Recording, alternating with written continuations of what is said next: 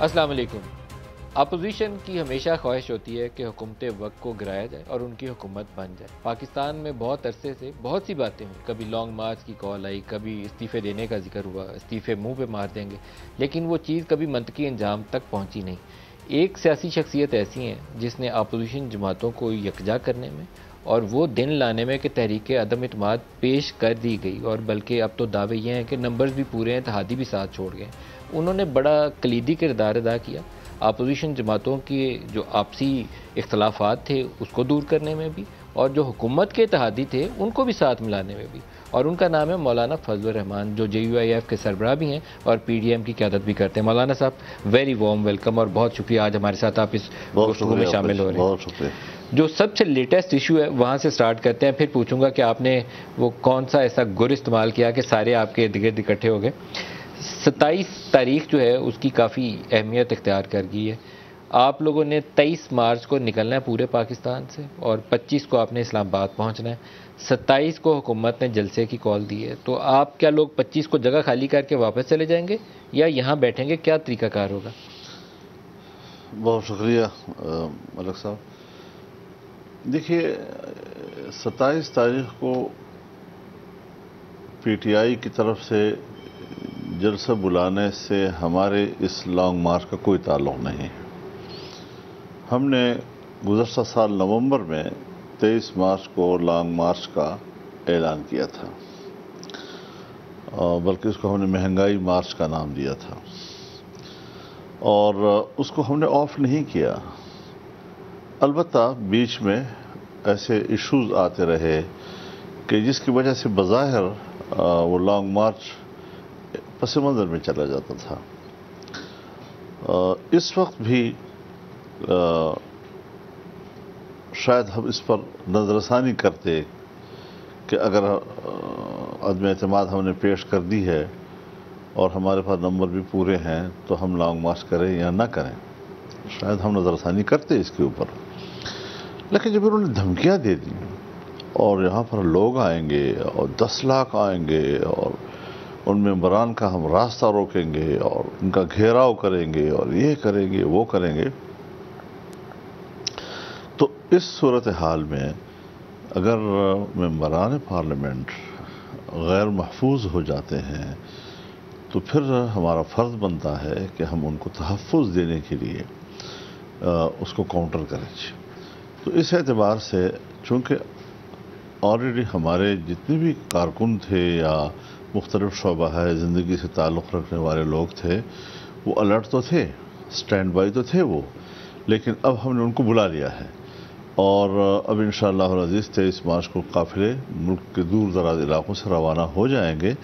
لیکن چونکہ یہاں پر کچھ مہمان ہمارے بیرون ملک سے آ رہے ہیں، وزرائے خارجہ ہیں، اور مہمان ہوتا ہے، وہ پوری قوم کے مہمان ہوتے ہیں، تو اس اعتبار سے ہم نے لوگوں کو یہ اپیل کی ہے کہ وہ 25 کی شام تک اسلام آباد میں داخل ہو جائیں۔ 25 مارچ کو اسلام آباد میں داخل ہوں گے؟ داخل ہو جائیں گے۔ تو پھر اس کے بعد واپس چلے جائیں گے؟ نہیں، پھر اس کے بعد اس وقت تک رہیں گے جب تک کہ یہاں پر ووٹ پول نہیں ہو جاتا۔ ووٹ آف نو کانفیڈنس تک، چاہے وہ 28 مارچ آ جائے یا 29 آ جائے، وہ یہیں بیٹھے رہیں گے۔ تو مولانا صاحب یہ تو ایک ہیڈ آن کلین والی کیفیت ہوگی، آپ کا جمع غفیر ادھر سے PTI کا جمع غفیر، تو ٹکراؤ تو ہوگا پھر۔ تو خیر اس کی ذمہ دار تو پھر حکومت ہے کہ اس نے دھمکیاں کیوں دی، تو ہمیں تو کوئی کلیش نہیں ہے۔ ہمیں تو آپ نے مشاہدہ کیا ہے کہ 2019 میں جب ہم نے آزادی مارچ کیا تھا اور اکتوبر میں ہم یہاں آئے تھے، ہم نے 14 دن گزارے ہیں اسلام آباد میں، اور کوئی پتا نہیں گرا، کوئی کملہ نہیں ٹوٹا، کوئی ٹریفک نہیں رکی، اس میں آپ بہت پیسفل رہے، بڑے آرگنائزڈ رہے، لیکن اب دو مختلف سیاسی قوتیں آمنے سامنے کھڑی ہوں، ہم آج بھی ٹکراؤ ہوگا۔ ہم آج بھی اسی کا مظاہرہ کریں گے کہ جس رواداری، جس محبت، جس امن، جس آشتی کا مظاہرہ ہم پہلے کرتے آئے ہیں، جو ہماری زندگی کے خوب بو میں داخل ہو گئی ہے، اسی کا مظاہرہ کیا جائے گا۔ لیکن اگر کوئی شخص ممبران کو روکے گا اور ان کو دباؤ میں لانے کی کوشش کرے گا تو عوام کی یہاں پر خود موجودگی ہی اس کا جواب ہوگا، اس پہ تصادم کی کوئی ضرورت نہیں ہوگی۔ اگر وہ زور زبردستی سے اپنے اراکین کو روکیں تو پھر آپ کیا کریں گے؟ میرے خیال میں ایسا ممکن نہیں ہوگا جی ان کے لیے۔ ہم بھی تو آخر یہاں پر موجود ہوں گے نا، پھر تو ٹکراؤ ہے نا سر۔ تو اگر ٹکراؤ ہوتا ہے تو ہونے دو جی، پھر تو ہوگا۔ تیار ہیں اس کام کے لیے؟ تیار ہے۔ ان کا الزام یہ ہے کہ سندھ ہاؤس کے میں ایک اندر بات میں گزارش کرتا ہوں، رسول اللہ صلی اللہ علیہ وسلم نے فرمایا کہ دشمن کا سامنا کرنے کی تمنا نہ کیا کرو، اللہ تعالی سے عافیت مانگا کرو، لیکن اگر مقدر ہے اور آمنا سامنا ہو گیا تو ڈٹ جاؤ کہ پھر جنت تلواروں کے سائے تلے ہے۔ اب پھر جب ایسا ہوگا اور وہ چاہیں گے کہ آمنا سامنا ہے تو پھر ہمیں ڈٹ جانا بھی آتا ہے۔ حکومت کا الزام یہ ہے کہ 12-14 MNAs ہیں جن کو 20-20 کروڑ دے کر زبردستی سے سندھ ہاؤس میں رکھا ہوا ہے، اس کے اوپر کیا کہتے ہیں؟ چلے جائیں ذرا پوچھ لیں ان سے کہ وہ زبردستی ہے۔ میں پوچھوں گا ان سے۔ آپ ضرور پوچھیں، زبردستی تو بالکل غلط بات ہے۔ ہم نے تو ساری زندگی زبردستی نہیں مانی۔ میرے ممبران ہیں جو بھی ہم 15 ووٹ ہیں، وہ اس وقت بھی لاجز میں اپنے اپنے کمروں میں بیٹھے ہوئے ہیں۔ ان کو کیا ضرورت پڑی ہے کہ وہ آ کر ہمارے پارٹیوں سے کہتے ہیں جی کہ ہمیں کوئی ایسی رہائش گاہ دیں کہ جہاں تک حکومت کی اپروچ نہ ہو، کیونکہ پھر ہم غیر محفوظ ہو جائیں گے جبکہ ہم اپنے ضمیر کے مطابق ووٹ دینا۔ آپ نے ان کی درخواست کے اوپر ان کو تحفظ دیا؟ ظاہر ہے کہ اس حوالے سے میرا براہ راست چونکہ اس سے تعلق نہیں ہے، اس حوالے سے یا تو زرداری صاحب جانتے ہیں یا پھر میاں شہباز شریف صاحب جانتے ہیں، اور اس حوالے سے یہ چیزیں مشوروں میں نہیں لائی جاتی، نہ اس پر کوئی باقاعدہ پالیسی طے کی جاتی ہے۔ تو یہ بات اگر آپ ان سے زیادہ واضح طور پر پوچھ لیں گے تو وہ شاید بہتر کتنے جواب دے تحریک سکیں گے۔ انصاف کے MNAs ہیں جو اس عدم اعتماد کے حق میں آپ لوگوں کے ساتھ ہیں؟ مجھے اس وقت میں حتمی طور پر کسی تعداد کا تعین نہیں کر سکتا، کیونکہ اس حوالے سے جتنے بھی ممبران ہیں، ہم نے ایک فیصلہ کیا تھا PDM میں کہ ہم نے انڈیویجولز کو کوئی اپروچ نہیں کرنی، اور ہم بطور جمعیت علماء اسلام کے خود کو اس کا پابند بھی سمجھتے ہیں۔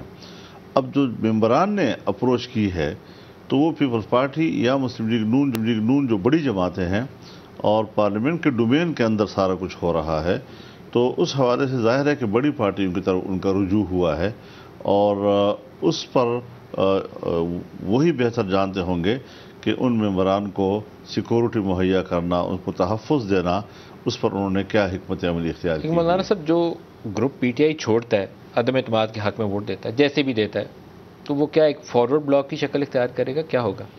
میں اس کی تفصیل سے نہ واقف ہوں اور نہ ہی یہ میرا موضوع ہے۔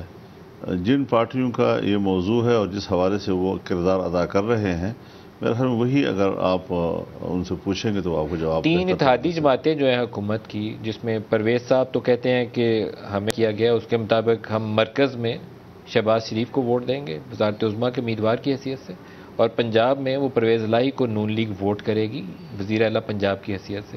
تو یہی ایگریمنٹ ہے الائز کے؟ سب سے پہلے ان تمام جماعتوں کے ساتھ میرے روابط ہوئے تھے۔ آپ کے ہوئے تھے؟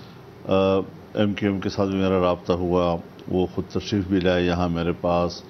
لاہور میں میری 2 میٹنگیں چودھری شجاع صاحبان کے ساتھ ہوئیں، دونوں بھائیوں کے ساتھ۔ پھر اس کے بعد یہاں پر بھی چودھری شجاع صاحب تشریف لائے۔ میں نے بڑی وضاحت کے ساتھ ان سے کہا کہ چونکہ اب معاملہ پارلیمان کے ڈومین کے اندر ہے، لہذا پنجاب میں JUI کا کوئی سٹیک نہیں ہے، اسی طرح سندھ میں JUI کا کوئی سٹیک نہیں ہے۔ تو اگر آپ نے کوئی اس حوالے سے کوئی معاملات کرنے ہیں کہ کچھ لو کچھ دو وغیرہ کے معاملات پر، تو اس میں آپ پھر اگر پنجاب میں ہے تو مسلم لیگ نون کے ساتھ آپ بات کریں گے، اور اگر سندھ میں ہے MQM تو پھر وہ پیپلز پارٹی سے بات کرے گی۔ چنانچہ اتنا تو میں جانتا ہوں کہ معاملات طے ہو گئے ہیں، لیکن اس کے روٹس کیا کیا ہیں وہ اس پر یہ دونوں جماعتیں ہی آپ کو کوئی جواب دے سکتی ہے۔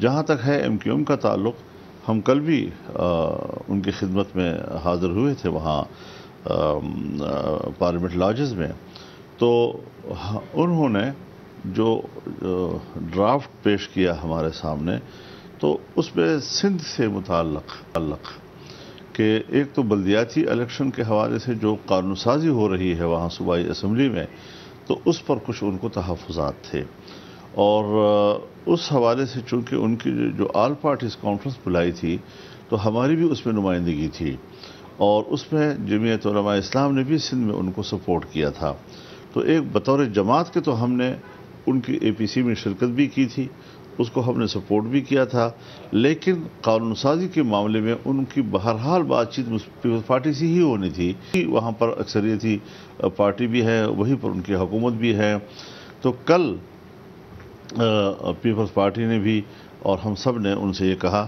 کہ ہاں آپ کے جو مطالبات ہیں اس کو اس وقت نئی قانون سازی میں ایڈجسٹ کیا جائے گا، اور زرداری صاحب بھی تشریف لائے تھے کل پھر یہاں، تو تقریباً یہ معاملہ ان کا طے ہو گیا ہے، اور باقی کیا انہوں نے کچھ لوگ کچھ دو کے حوالے سے طے کیے ہیں۔ کاف لیگ پنجاب میں نون سے انڈرسٹینڈنگ ہوگی، ایم کیو ایم کی کراچی میں پیپلز پارٹی سے ہو گئی، کیونکہ وہ صرف اربن ایریاز پہ ایم کیو ایم کا فوکس تھا، ان کا ایشو حل ہو گیا۔ باب پارٹی سے کیا انڈرسٹینڈنگ؟ باب پارٹی والے میرے پاس ایک دو دفعہ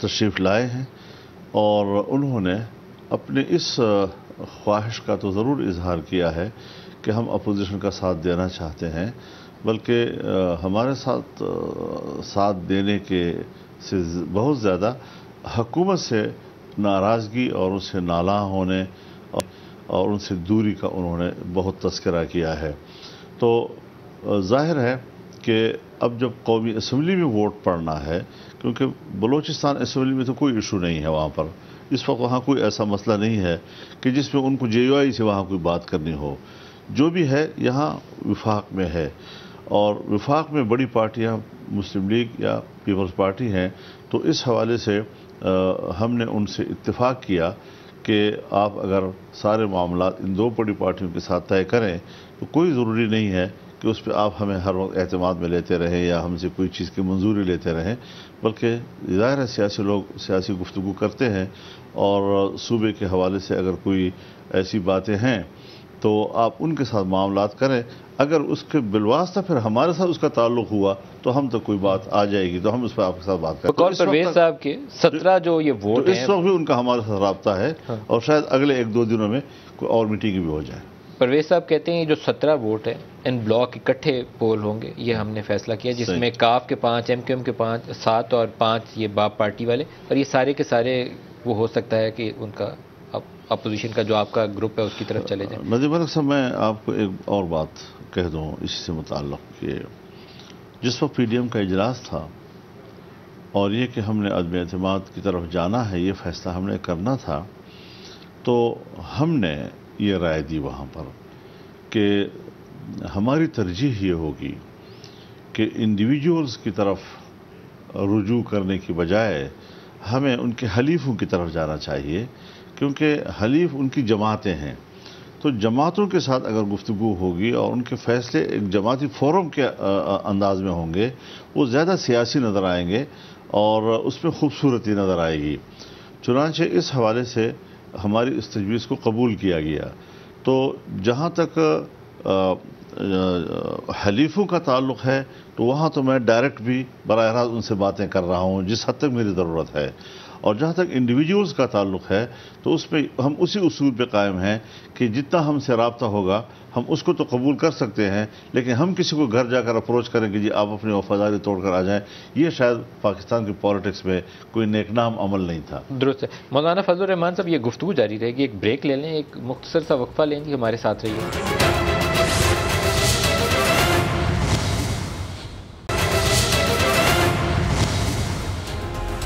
پروگرام میں دوبارہ خوش آمدید کہتے ہیں۔ مولانا فضل الرحمان ہمارے ساتھ ہیں آج کے پروگرام میں۔ مولانا صاحب، ایک بڑا پاکستانی سیاست کے اندر اہم کردار اسٹیبلشمنٹ کا ہے، بعض لوگ بلکہ چودھری پرویز صاحب اس میں شامل تھے، وہ کہتے ہیں کہ دوریاں اس وقت پیدا ہونی شروع ہوئیں جب ڈی جی آئی کی تعیناتی کے اوپر کچھ مس انڈرسٹینڈنگز آئیں اور وہ سیم پیج پھر ختم ہونا شروع ہو گئے، یہ بات صحیح ہے؟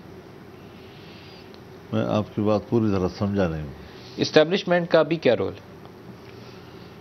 دیکھیے، میں اگر بات کروں گا 25 جولائی 2018 کی انتخابات کے نتائج، تو اس پر ہم نے کبھی کوئی ڈھکا چھپا موقف نہیں دیا. ہم نے سر عام کہا کہ اس کا ذمہ دار کون ہے. اسٹیبلشمنٹ پاکستان کا ایک جزء لا ينفك ہے، اور وہ ہر وقت بیوروکریسی ہو، یہ ساری چیزیں مملکت اسی سے چلتے ہیں. لیکن جب وہ کسی سیاسی عمل میں مداخلت کرتے نظر آئیں گے اور ہمیں یہ شبہ ہوگا، بلکہ یقین کی حد تک کہ انہوں نے مداخلت کی ہے اور ان کی مداخلت، تو ہم نے کوئی بات اپنی چھپائی نہیں ہے. لیکن آج اگر صورتحال یہ ہے کہ وہ غیر جانبداری کا مظاہرہ کر رہے ہیں اور ہمیں نظر بھی آ رہا ہے کہ تو ہم یہی چاہتے ہیں، یہی تو ہمارا ان سے ڈیمانڈ تھا، اور وہ اگر وہ کر رہے ہیں تو ہم کیوں رکاوٹ بنیں گے؟ ہم تو ویلکم کریں گے اس بات کو. تو اس وقت صورتحال یہ ہے کہ اسٹیبلشمنٹ جو ہے وہ ظاہر ہے کہ چیزوں کو تو سب لوگ دیکھ رہے ہیں، سول بیوروکریٹس بھی دیکھ رہے ہیں، ملٹری بھی دیکھ رہی ہوگی، عام پبلک بھی دیکھ رہی ہوتی ہے، انجمنیں بھی دیکھ رہی ہوتی ہیں. تو وہ ساری صورتحال پر یقیناً ان کی نظر رہے گی. لیکن سیاسی لوگ اس وقت اپنے فیصلے کر رہے ہیں، بغیر کسی پریشر کے کر رہے ہیں، بغیر کسی دباؤ کے کر رہے ہیں. اور بہت سے لوگ ایسے ہیں کہ اگر ان کا دباؤ ہوتا تو جس قسم کی باتیں آپ نے ان کے حوالے سے کی ہیں، آپ شاید وہاں تک اب تک نوبت نہ پہنچی ہوتی.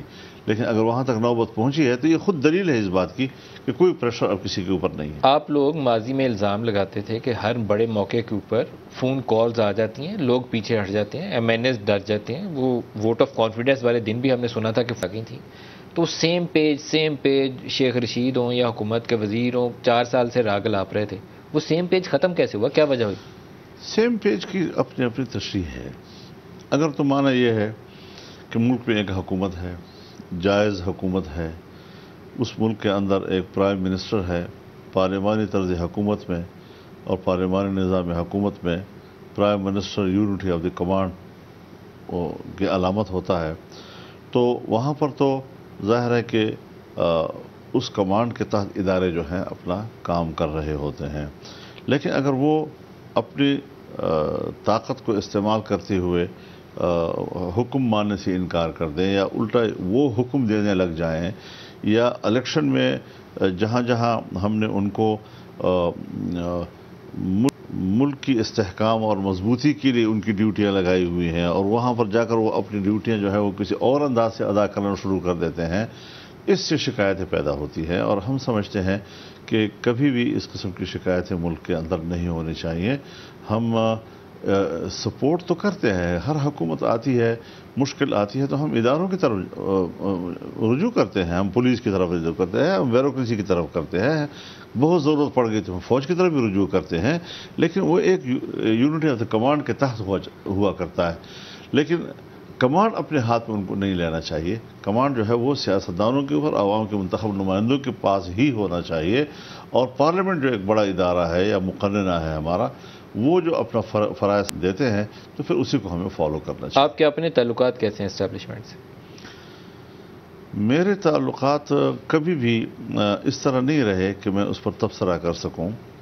اگر میرے ساتھ کوئی رابطہ کسی نے کیا ہے تو میں نے احتراماً اس کا جواب دیا ہے، اور اگر کوئی بات کرنے کی ضرورت پڑی ہے تو میں نے کبھی بھی آج تک اپنی ذات یا اپنے کسی عہدے کی بات نہیں کی ہے. آج تک مجھے یاد نہیں ہے کہ کوئی شخص یہ کہہ سکے کہ میں نے اپنی ذات کے حوالے سے، یہاں تک کہ اپنی پارٹی کے حوالے سے بھی کوئی ایسی بات کہنا کہ جس کا ان کو آئینی اختیار نہیں ہے، اور میں ان کے سامنے آپ کے ذہن میں ہے کہ آخری بات کیا تھی پاکستان کے حوالے سے جو آپ نے کنوے کی ہو کہ آپ کو یہ تشویش ہے؟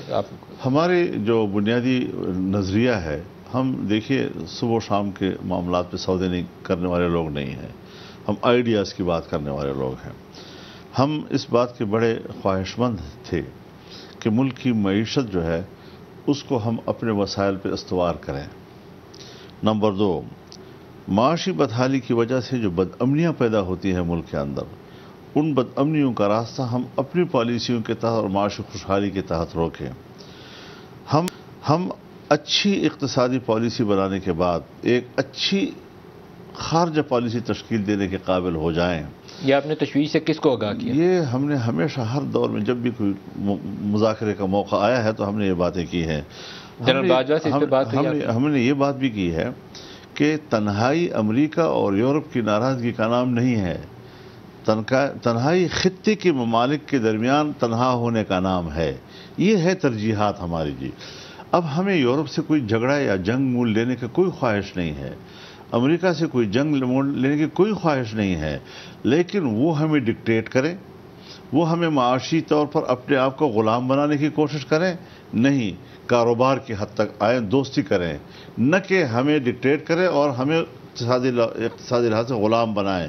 یہ ایک آئیڈیا تھا ہمارا جو ہم نے ہمیشہ ہر ادارے اور ہر فورم پر پیش کیا ہے۔ جنرل باجوہ سے آپ نے اس پہ کبھی بات کی؟ بالکل بات کی ہے، بالکل کی ہے۔ تو ان کا کیا رد عمل تھا؟ وہ 100% متفق تھے، متفق تھے آپ سے؟ متفق تھے، اور میں نے یہاں تک بھی کہا کہ دیکھیے ملک صاحب، آپ کسی وقت مجھے کہتے ہیں کہ میں نے آپ سے ذرا علیحدگی میں بات کرنی ہے، تو پھر اخلاقی فرض بن جاتا ہے کہ میں بھی اس کو علیحدگی کی حد تک ہی محدود رکھوں، روز اس کی پرچاریں نہ کرتا رہوں اس بات کی جی۔ مشکل یہ ہوتی ہے کہ ہمارے ہاں ایک ہے جو ہمارے ملک کے ادارے ہوتے ہیں، بعض پیغامات وہ ہمیں پہنچاتے ہیں یا ہم سے کوئی ایک مشورہ لیتے ہیں، ان کو اس کے حوالے سے ایک ماحول چاہیے تنہائی کا۔ ایک ہے ہمارا میڈیا کا ادارہ، میڈیا کے ادارے کی خواہش یہ ہوتی ہے کہ ہر چیز چوک پہ آئے۔ نہیں، لیکن ایک ریسنٹ ایپیسوڈ ہوا جلسے کے اندر، ہمارے پرائم منسٹر کھڑے ہوئے اور انہوں نے کہا کہ جنرل باجوہ نے مجھے کہا، اور مولانا کے لیے ایک لفظ استعمال کیا تھا، اور انہوں نے کہا کہ نہ استعمال کرو، تو یہ انہوں نے آپ کے بہاف پہ کہا۔ آپ نے درخواست کی تھی کبھی؟ حضرت میں گزارش کروں، شکایت کی ہو؟ میں ایسا آدمی نہیں ہوں، میری زندگی کو آپ سب سے زیادہ بہتر جانتے ہیں، سیاست میں جب سے میں آیا ہوں تب سے آپ بھی اس فیلڈ پہ ہے، اور ہمارا اور آپ کا ایک میل جول رہتا ہے۔ میڈیا میرے سیاسی مزاج سے جتنا واقف ہے شاید کوئی اور واقف ہو۔ اب خبر بنانے کی تو ہر ایک کو شوق ہوتی ہے کہ کوئی ایسی بات میں کروں یا کسی ایسی بات وہ کر لے کہ جس سے ایک خبر بن جائے۔ حضرت، زبان کے لحاظ سے، کردار کے لحاظ سے میرے پاس ایسا الفاظ نہیں ہے کہ میری شرافت مجھے اجازت دے کہ میں وہ الفاظ ان کے لیے استعمال کروں گی۔ اب یہ ایک مشکل ہے کہ وہ گالیاں دینے میں کسی قسم کی کوئی شرافت، کوئی انسانیت، کوئی اخلاق اس کے سامنے کہیں رکاوٹ نہیں بنتے جی، اور ہمارے سامنے قدم قدم پر ہمارے اخلاق اور ہماری شرافت رکاوٹ بنتی ہے کہ ہم اس طرح ان کو جواب دیں۔ لہذا اگر نظریاتی حوالے سے بات ہو، ملک کو ہم نے کس طرح لے جانا ہے، ہم نے دنیا کے مفادات اپنے ساتھ کیسے وابستہ کرنے ہیں، اس وقت سب سے بڑا مشکل یہ ہے کہ اگر اس سے قوم کی جان چھوٹ جائے تو پھر ملک کو اٹھانا کیسے ہے۔ جس طرح کہ ایک مہنگائی کی صورتحال پیدا ہوئی، عام آدمی جو ہے اس نے بچوں کو ذبح کیا، بچوں کو دریائے برد کیا، بچوں کو برائے فروخت سڑکوں پر لے آئے۔ یہ حالت کبھی پاکستان نے دیکھی تھی اس ملک میں اندر؟ سر لیکن ایک سوال ہے، دیکھیں جی، ایک حکومت جو 3 اتحادیوں سے عمران خان سے نہیں چلائی گئی، اقتصادی معاملات میں اتنی مشکل میں پڑ گئے، آپ تبدیلی کے بعد کیسے چلائیں گے؟ جس کے اندر 20 مختلف سٹیک ہولڈرز بیٹھے ہوں گے، اس حکومت کو کیسے چلائیں گے؟ یہ بات میں تو سمجھنے سے قاصر۔ دیکھیے میں گزارش کروں آپ سے، میں جب 27 سال کا تھا تو میں سیاست میں آیا ہوں جی، اور میں 35 سال کا تھا اسمبلی میں آیا ہوں جی، اور اس وقت ہم 70 سال کی دہائی کی طرف بڑھ رہے ہیں۔ تو اب یہ ایک تجربے کی زندگی ہے۔ ہم بھی دیکھتے تھے کہ ایک زمانہ تھا جب سن 1973 کا آئین بن رہا تھا، اس سے پہلے عبوری آئین بنا، ملک ٹوٹ چکا تھا، پھر یہاں پر جو بچے کچھ پاکستان میں سیاستدانوں نے جس بالغ نظری کا مظاہرہ کیا، بڑے بڑے لوگ تھے، قداور لوگ تھے، ہم سوچتے تھے کہ ہم بہت چھوٹے چھوٹے لوگ جو ان کی اگلی نسل ہیں ہم لوگ نا، تو شاید ہمارے اندر وہ سوچ بچار نہ ہو، وہ بات نہ ہو، لیکن ہم نے پارلیمنٹ کے اندر کمیٹیاں بنائی، خصوصی کمیٹیاں۔ ان خصوصی کمیٹیوں نے کئی مہینے لگائے خارجہ پالیسی کے لیے رہنما اصول طے کرنے میں۔ پھر خصوصی کمیٹی بنی جس نے آئین پر نظر ثانی کی۔ حضرت مجھے اطمینان ہوا کہ الحمدللہ پاکستان بانجھ نہیں ہے، اور ہزار باہمی اختلافات کے باوجود جب سیاسی لوگ آپس میں بیٹھتے ہیں، دلیل کے لوگ ہوتے ہیں، خوبصورت بات کرتے ہیں، اسٹڈی کرتے ہیں، پیش کرتے ہیں، اور مجھے ایک دفعہ بھی یاد نہیں ہے کہ 8 مہینے 9 مہینے جو کمیٹیاں کام کر رہی تھی ایک ایجنڈے کے اوپر، کسی ایک ایشو پر کوئی تلخی بھی ہوئی ہو۔ شدید ترین تنقید ہوتی تھی، اپنے موقف سے ٹکراؤ آتا تھا، لیکن دلائل کی سہارے کے علاوہ ہمارے پاس اور کوئی سہارا نہیں لیا کسی نے جی۔ تو الحمدللہ آج بھی لوگ ہیں کہ جب ایسے حالات آئیں گے آنے والے دنوں میں کہ ملک کے اقتصاد کو کیسے ٹھیک کرنا ہے، ہم نے انتخابات کی اصلاحات کیسے کرنی ہے، ہم نے اس امانت کو پبلک کے سامنے کیسے حوالے کرنا ہے، اور آئندہ عوام کی تائید و تعاون کے ساتھ ہم بہتر پالیسیاں کیسے بنا سکتے ہیں۔ تو یہ ایک چیلنج تو بہت ہے، لیکن مجھے اعتماد ہے انشاءاللہ العزیز کہ جب اس قسم کے غیر ضروری عناصر کو ہم ملک کی سیاست سے باہر کریں گے تو پھر باقی بالغ نظر لوگ جو ہے وہ انشاءاللہ معاملات کو ٹھیک کر لیں۔ مولانا فضل الرحمان صاحب، یہ گفتگو جاری رہے گی، ایک بریک لے لیں، ایک مختصر سا وقفہ لیں گے، ہمارے ساتھ رہیے۔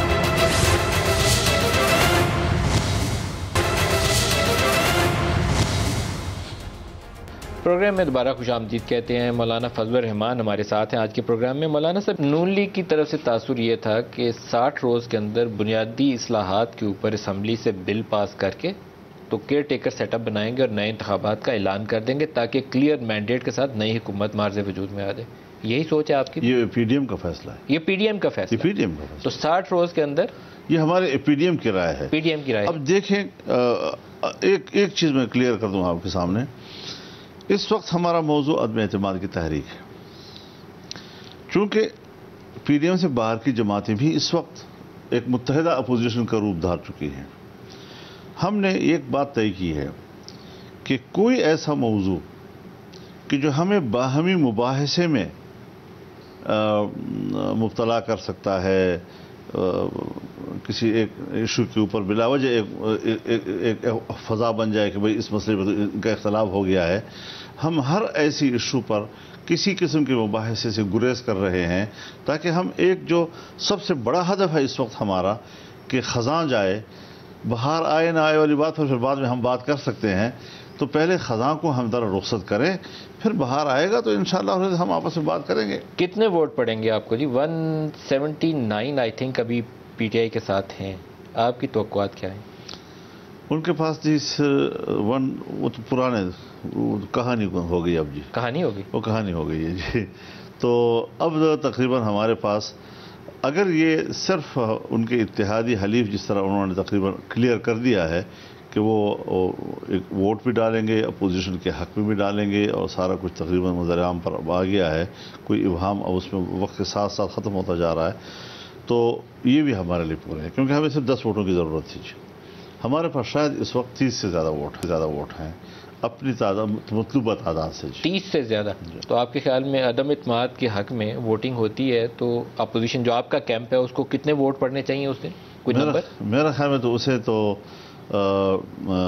182 سے لے کر 190 تک پڑ جائے۔ یہ آپ کی توقع ہے 182 سے لے کر 190 تک، 172 درکار ہے۔ تو اس کا مطلب ہے کہ پی ٹی آئی کا سائزیبل جو گروپ ہے 15 سے 20 ایم این ایز کا، وہ آپ کو ووٹ کرے گا۔ میرے خیال میں بہت سے وہ لوگ ہیں کہ جو منظر عام پر تو نہیں ہیں، لیکن انشاءاللہ وہاں موقع کے اوپر وہ بھی سوچیں گے کہ ہمیں کیا ووٹ ڈال ہی دیں آج مولانا صاحب کے ساتھ ہی۔ جی ہاں، ایسے ہی ہوگا انشاءاللہ۔ نواز شریف صاحب کے اوپر ایک بڑا سوال ہے، وہ لوگ کہتے ہیں کہ ان کی جماعت سے ہی وزیر اعظم کا نمائندہ سامنے آ رہا ہوگا اور میاں صاحب ابھی تک لندن بیٹھے ہیں، تو اس دوران میں آپ نے کبھی ان کو رائے نہیں دی کہ اب آ ہی جائیں پاکستان؟ میرے خیال میں ہم کسی دوسرے کے معاملات میں اس حد تک نہیں جاتے۔ یہ وہ 2 دفعہ 3 دفعہ وزیر اعظم رہنے والے آدمی، ملک پر بارہا حکومت کرنے والے، ان تمام نزاکتوں کو ہم سے زیادہ وہ خود بہتر جانتے ہیں، اور جس وقت بھی وہ طے کریں پاکستان تو پاکستان ان کا گھر ہے، اور میرے نزدیک وہ اول تا آخر پاکستانی ہیں۔ رائے کے اختلافات بھی ہو سکتے ہیں، لیکن ایک بڑے اعتماد کا ماحول اس وقت موجود ہے، اور وہ جب بھی پاکستان آنا چاہیں یہ ان کی ثوابدید پر ہے۔ ابھی ایک خبر یہ چلی تھی، آپ سے پوچھنا اس کے اوپر رائے لینا ضروری ہے کہ آپ کو اگر 27 کو یہاں پی ٹی آئی کے بڑے شو کے مقابلے میں ایک بڑا شو لانا ہے تو ایک تو وہ گروپ ہوگا جو مولانا فضل الرحمان لا سکتے ہیں، وہ ہم نے دیکھ لیا، آپ نے یہاں لا کے بندوں کو بٹھا کے دکھا بھی دیا۔ نون لیگ پنجاب سے اگر آتی ہے تو اس کی ریلیز کو لیڈ شہباز شریف کریں گے یا مریم نواز کریں گے؟ یہ ان کے اختیار میں ہے۔ ان کے اختیار میں۔ آپ نے کوئی مشورہ دیا؟ نہیں۔ آپ نے خبر پڑھی کہ مولانا صاحب نے مشورہ دیا کہ مریم نواز اس کو لیڈ کریں کیونکہ پاپولر ریلی۔ خبر پہلے چلاتے ہیں پھر پوچھتے بعد میں ہیں، یہ تو آپ مہر لگا دیں، خبر ہماری کیا علاج ہے؟ مہر لگا دیں۔ اگر مریم نواز لیڈ کرتی ہیں اپنے پارٹی کے جلوس کو، حمزہ لیڈ کرتے ہیں، نوجوان ہیں، اور ہوتے ہیں نا بعض لوگ جو کراؤڈ پلر ہوتے ہیں جی، تو مسلم لیگ میں ان کی حیثیت بھی ایک کراؤڈ پلر کی تو ہے نا ابھی تو. یہ بات صحیح کہی آپ نے، کیونکہ اس میں دو رائے نہیں ہے. پنجاب میں جو جلسے اور ریلیز انہوں نے کی تھی وہ کراؤڈ پلر ہیں. تو یہ اچھا ایک بڑا انٹرسٹنگ پوزیشن ہوگی. اللہ پاک امن و امان کو قائم رکھے، وہ میری تشویش اور بارہ ایک بات ہے. ذہن میں رکھیں جی، 10 لاکھ اتنی بڑی بات ہے. 10 لاکھ نہیں 10,000 بھی لے آئے تو کہتے 10,000 نہ لائے 172 لے آئے. سر لیکن آپ نے ایک مزہ ہے، کس قسم کی بات ہے، منہ سے جو نکال لو مولانا صاحب. لیکن ورسٹ کیس جس وقت اس کا عروج تھا آپ کے بقول، میرے نزدیک اس کا کبھی عروج نہیں رہا، یہ ایک مصنوعی عروج تھا، حقیقی عروج تھا بھی نہیں. اس وقت بھی ان کا کوئی مجمع 1 اور 1.5 لاکھ سے زیادہ نہیں ہوا، جس کو آپ نے 20 لاکھ اور 15 لاکھ بتایا. مولانا صاحب جو جلسہ 1 لاکھ کا ہو جائے اس کو 10 لاکھ کہیں. ہاں یہ بات ٹھیک ہے، لیکن ہمارے 15 لاکھ کو آپ نے 1 لاکھ کیوں کہا؟ اس پہ تو میں اعتراض کر سکتا ہوں نا. اس کو آپ 25 لاکھ بولیں گے. ایک بات بتائیے، سیاست میں ورسٹ کیس سیناریو کو سامنے رکھ کے گیم کھیلی جاتی ہے. ایک تو آپ نے رکھ لیا کہ آپ کے 182 سے 190 تک آپ کے ساتھ آ سکتے، لیکن یہ بھی ہو سکتا ہے کہ اس دن پی ٹی آئی 172 سے زیادہ اس کے ساتھ کھڑے رہے، آپ کے 172 پورے نہ ہوں، پھر کیا ہوگا؟ یہ تو اگر میں تو بہت واضح کی جا سکتی ہے، لیکن اب معاملہ اگر سے نکل چکا ہے جی. دوسرے کیس کے لیے تیار ہیں؟ کیونکہ پرائم منسٹر نے ابھی ایک جملہ بولا ہے کہ یہ عدم اعتماد ناکام ہو لے پھر میں ان کو بتاؤں گا. آپ تیار ہیں اس کام کے لیے؟ یہ تو وہی ہوتا ہے، اعصابی جنگ جسے آپ لوگ کہتے ہیں، نرو کی جنگ. تو وہ کسی نے ان کو بتایا ہوگا، پٹی پڑھائی ہوگی کہ اس طرح بھی ایسے موقع پر زبان بولی جاتی ہے. اور اس کو الیکشن کمیشن یہ کون سے قانون کا پابند ہے؟ لوگوں کو کہتا ہے قانون کی پابندی، انصاف کے تقاضے، یہ وہ، اور خود جو ہے وہ الیکشن کمیشن کے روک کے باوجود وہ اس کے حکم کو نہیں مان رہا. اس کے تو نظر آ رہا ہے قانون کی خلاف ورزی کر رہا ہے، اداروں کی خلاف ورزی کر رہا ہے. تو ایسے آدمی سے یہ توقع رکھی جا سکتی ہے کہ کل جب دوبارہ اس کی حکومت آئے گی وہ انصاف کے تقاضے پورے رکھیں گے، وہ قانون کے مطابق عمل کرے گا. وہ تو خود نفی کر رہا ہے آج کل ان دنوں میں. ایک آخری آپ سے سوال پوچھ لوں، اس تبدیلی کے بعد پاکستان کے لوگوں کو کیا ملے گا؟ لوگوں کی زندگیوں میں تو بہتری، مجھے اس سیٹ اپ سے تو نہیں لگتا کہ آپ کو ایک دم آئیں گے جادو کا چراغ رکھ دیں گے تو کچھ ہو جائے گا. اس میں کوئی شک نہیں. دیکھیں مثال کے طور پر ایک شخص بھوکا ہے، اب بھوکا ہے اور آپ اسے کہیں کہ میں نے ہفتے کے بعد مہینے کے بعد آپ کے لیے کھانے کا انتظام کرنا ہے. بھوکا آدمی تو انتظار نہیں کرتے اس بات کا. بھوکے کو تو بھوک کے وقت چاہیے. لہذا ہمیں کچھ فوری اقدامات کی طرف بھی دیکھنا ہوگا. اور ظاہر ہے جب حکومت ہوتی ہے تو وہ مملکت کی اجتماعی زندگی اور قوم کی اجتماعی زندگی اور اس کے مستقبل کے بارے میں سوچتی ہے. آپ نے دیکھا کہ جب پچھلی حکومت تھی تو اس نے تدریجی طور پر روپے کی جو قیمت تھی ڈالر کے مقابلے میں اس کو بھی استحکام دیا، مضبوطی دی. 105 پہ آ کر انہوں نے اس کو روکا، اور اس کے بعد اس نے جو سالانہ جی ڈی پی اور سالانہ شرح نمو کا تخمینہ دیا تو وہ بھی انہوں نے 5.5 کا دے دیا، اور اگلے سال کے لیے 6.5 کا ہدف دے دیا. اور ان اللہ کے بندوں نے 0 پہ لے آئے جی. معیشت کو پاکستان کی تاریخ میں اتنا بڑا دھچکا، اور پھر جو اثرات آپ کی پالیسیوں کے عام آدمی تک پہنچتے ہیں وہ مہنگائی کی صورت میں آپ کے ایک ایک گاؤں کے ایک ایک فرد کو پہنچے. اور میں آپ کو بتاؤں کہ اس حکومت کے آنے کے پہلے سال میں جو تاجر برادری نے ہڑتال کیا، حضرت بڑے تاجر سے لے کر گاؤں کے ایک چھوٹے دکاندار اور بازار کے ایک چھابڑی والے تک نے ہڑتال کر دی.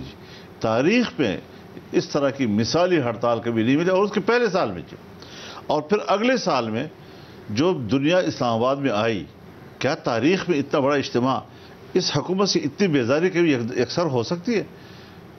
کارکن بھی حضرت میری پارٹی کا ہو، آپ کی پارٹی کا ہو، کسی بھی پارٹی کا ہو، وہ بھی کسی حکومت کے خلاف اتنا اشتعال میں تبھی آتا ہے جب وہ دیکھتا ہے کہ محلے میں لوگوں کا کیا حال ہو گیا ہے اور عام آدمی کیا سوچ رہا ہے جی. اس طرح خواہ لوگ اشتعال میں نہیں آیا کرتے جی. تو لوگ بڑے خود اعتمادی میں بھرپور طور پر انہوں نے ان سے بیزاری کا اعلان پہلے سال سے کر دیا تھا، لیکن باوجود اس حکومت کو سہارے دیے جاتے رہے. سہارے دینے والے لوگ بھی، ملک تو ان کا بھی ہے نا، زمینی حقائق تو وہ بھی جانتے ہیں کہ 1 سال 2 سال انہوں نے اس سے کچھ اصلاح کی توقعات رکھی ہوں گی، اور پھر ان کے توقعات پر بھی پورا نہیں اترا. لہذا قوم ایک پیج پر بایمان ہے کہ زمینی حقائق کو ہم سب مشاہدہ کر رہے ہیں اور اس کو تسلیم کر رہے ہیں. سر 27-28 کو امن کی توقع رکھیں. امن کی توقع. امن کی توقع. بالکل ہم انشاءاللہ پیسفل چینج پوری طرح پر امن رہیں گے. ہم پیسفل چینج کے قائل ہیں، اس لیے تو اس میں عدم اعتماد پیش کیا ہے، ورنہ پھر باہر ہی کہیں جا کر ہم کوئی اور لڑائی لڑتے. لیکن جمعیت علماء اسلام واضح طور پر اول دن سے سیاسی جدوجہد کی قائل ہے، آئینی جدوجہد کی قائل ہے، قانونی جدوجہد کی قائل ہے. ہم پاکستان کے ساتھ کھڑے ہیں، آئین کے ساتھ کھڑے ہیں، امن و آشتی کے ساتھ کھڑے ہیں، اور بندوق کی سیاست کی سب سے پہلے فرنٹ لائن پر اگر مقابلہ کیا تو ہم نے کیا ہے. مولانا فضل الرحمان صاحب، سربراہ JUIF، بہت شکریہ آج کے پروگرام میں ہمارے ساتھ. آج کے لیے اتنا ہی، اجازت دیجیے. اللہ حافظ.